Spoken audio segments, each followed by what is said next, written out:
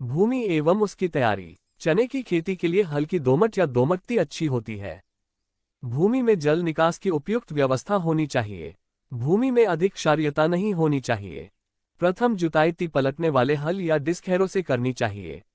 इसके पश्चात एक क्रॉस जुताई हैरो से करके पाटा लगाकर भूमि समतल कर देनी चाहिए। फसल को दीमक एवं कटवर्म के प्रकोप से बचाने के लिए अंतिम जुताई के समय हेप्टाक्लोर 4% या क्यूनाल्फॉस 1.5% या मिथाइल पैराथियोन 2% या एंडोसल्फोन की 1.5% चूर्ण की 25 की मात्रा को प्रति हेक्टेयर की दर से तीमें अच्छी प्रकार मिला देनी चाहिए। बोने का समय एवं बुवाई। अश्चिन क्षेत्रों में चने की बुवाई अक्टूबर के प्रथम पखवाड़े में कर देनी चाहिए। जिन क्षेत्रों में सिंचाई की सुविधा हो वहां पर बुवाई 30 अक्टूबर तक अवश्य कर देनी चाहिए। फसल से अधिक पैदावार प्राप्त करने के लिए खेत में प्रति इकाई पौधों की उचित संख्या होना बहुत आवश्यक है।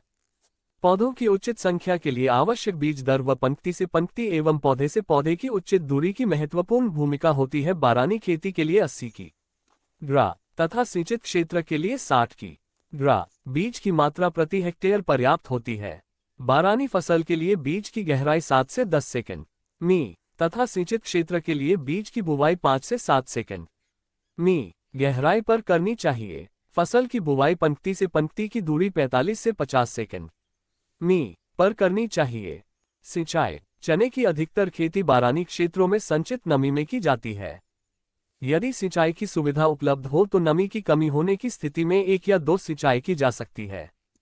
पहली सिंचाई 40 से 50 दिनों बाद तथा दूसरी सिंचाई फलियां आने पर की जानी चाहिए। सिंचित क्षेत्रों में चने की खेती के लिए 3 से 4 सिंचाई पर्याप्त होती है। बुवाई से पहले पलेवा करके फसल की बुवाई करनी चाहिए। इसके पश्चात फसल की गुड़ाई करने के पश्चात बुवाई के 35-40 दिन बाद प्रथम 70-80 दिन बाद दूसरी एवं 105-110 दिनों बाद अंतिम सिंचाई करनी चाहिए। यदि बुवाई के बाद 2 ही सिंचाई की सुविधा उपलब्ध हो तो प्रथम बुवाई के 40-50 दिनों बाद तथा द्वितीय 80-85 दिनों बाद करनी चाहिए। यदि बुवाई के बाद एक ही सिंचाई करने योग्य पानी उपलब्ध हो तो बुवाई के 60-65 दिनों बाद सिंचाई करने को प्राथमिकता देनी चाहिए। ध्यान रहे खेत में अधिक समय तक पानी भरा नहीं रहना चाहिए, इससे फसल के पौधों को नुकसान हो सकता है। निराई गुड़ाई एवं खरपतवार नियंत्रण। चने की फसल में अनेक प्रकार के खरपतवार जैसे बथुआ, खरतुआ, मोरवा, प्याजी, मोथा, दूब इत्यादि उगते हैं। ये खरपतवार फसल के पौधों के साथ पोषक तत्वों, नमी, स्थान एवं प्रकाश के लिए प्रतिस्पर्धा करके उपज को प्रभावित करते हैं। इसके अतिरिक्त खरपतवारों के द्वारा फसल में अनेक प्रकार की बीमारियों एवं कीटों का भी प्रकोप होता है जो बीज की गुणवत्ता को भी प्रभावित करते हैं। खरपतवारों द्वारा होने वाली हानि को रोकने के लिए समय पर नियंत्रण करना बहुत आवश्यक है। चने की फसल में 2 बार गुड़ाई करना पर्याप्त होता है। प्रथम गुड़ाई फसल बुवाई के 30-35 दिन पश्चात व दूसरी 50-55 दिनों बाद करनी चाहिए। यदि मजदूरों की उपलब्धता न हो तो फसल बुवाई के तुरंत पश्चात पेंडिमेथालिन की 2.50 लीटर मात्रा को 500 लीटर पानी में घोल बनाकर खेत में समान रूप से मशीन द्वारा छिड़काव करना चाहिए। फिर बुवाई के 30-35 दिनों बाद एक गुड़ाई कर देनी चाहिए। इस प्रकार चने की फसल में खरपतवारों द्वारा होने वाली हानि की रोकथाम की जा सकती है।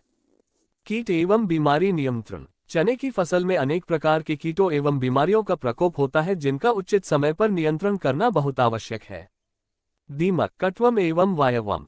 यदि बुवाई से पहले एंडोसल्फेनिक क्यूनाल्फोस या क्लोरोपाइरीफोस से भूमि को उपचारित किया गया है तथा बीज को क्लोरोपाइरीफोस कीटनाशी द्वारा उपचारित किया गया है तो भूमिगत कीटों द्वारा होने वाली हानि की रोकथाम की जा सकती है।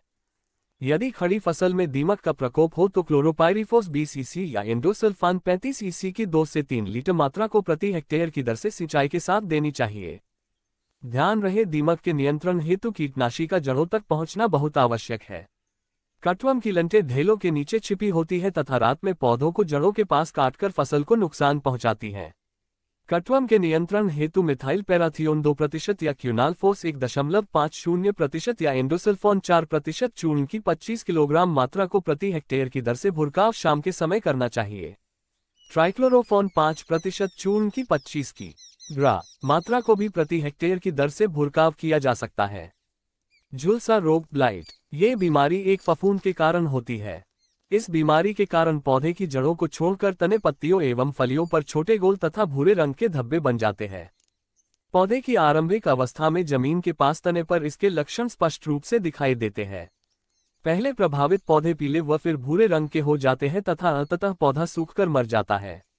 इस रोग के लक्षण दिखाई देने पर मैंकोजेब नामक फफूंदनाशी की 1 ग्रा या घुलनशील गंधक की 1 ग्रा या कॉपर ऑक्सीक्लोराइड की 1.30 ग्रा मात्रा को 500 लीटर पानी में घोल बनाकर छिड़काव करना चाहिए। 10 दिनों के अंतर पर 3-4 छिड़काव करने पर्याप्त होते हैं। फसल की कटाई एवं गहाई। फसल जब अच्छी प्रकार पक जाए तो कटाई करनी चाहिए। जब पत्तियां व फलियां पीली व भूरे रंग की हो जाए तथा पत्तियां गिरने लगे एवं दाने सख्त हो जाए तो फसल की कटाई कर लेनी चाहिए। कटाई की गई फसल जब अच्छी प्रकार सूख जाए तो थ्रेशर द्वारा दाने को भूसे से अलग कर लेना चाहिए तथा अच्छी प्रकार सुखाकर सुरक्षित स्थान पर भंडारित कर लेना चाहिए। खाद एवं उर्वरक। चने की फसल दलहनी होने के कारण इसकी नाइट्रोजन की कम आवश्यकता होती है क्योंकि चने के पौधों की जड़ों में ग्रंथियां पाई जाती है। ग्रंथियों में उपस्थित जीवाणु वातावरण की नाइट्रोजन का जड़ों में स्थिरीकरण करके पौधे की नाइट्रोजन की काफी मात्रा की आवश्यकता की पूर्ति कर देती है। लेकिन प्रारंभिक अवस्था में पौधे की जड़ों में ग्रंथियों का पूर्ण विकास न होने के कारण पौधे को भूमि से नाइट्रोजन लेनी होती है। अतः नाइट्रोजन की आपूर्ति हेतु 20 ग्रा नाइट्रोजन प्रति हेक्टेयर की आवश्यकता होती है। इसके साथ 40 ग्रा फास्फोरस प्रति हेक्टेयर की दर से देना चाहिए। नाइट्रोजन की मात्रा यूरिया या डाई अमोनियम फॉस्फेट DAP तथा गोबर खाद व कंपोस्ट खाद द्वारा दी जा सकती है, जबकि फास्फोरस की आपूर्ति सिंगल सुपर फॉस्फेट या DAP या गोबर व कंपोस्ट खाद द्वारा की जा सकती है। एकीकृत पोषक प्रबंधन विधि द्वारा पोषक तत्वों की आपूर्ति करना लाभदायक होता है। 1 हेक्टेयर क्षेत्र के लिए 2.50 टन गोबर या कंपोस्ट खाद को भूमि की तैयारी के समय अच्छी प्रकार से में मिला देनी चाहिए। बुवाई के समय 22 ग्रा यूरिया तथा 125 ग्रा सिंगल सुपर फॉस्फेट या 44 ग्रा DAP में 5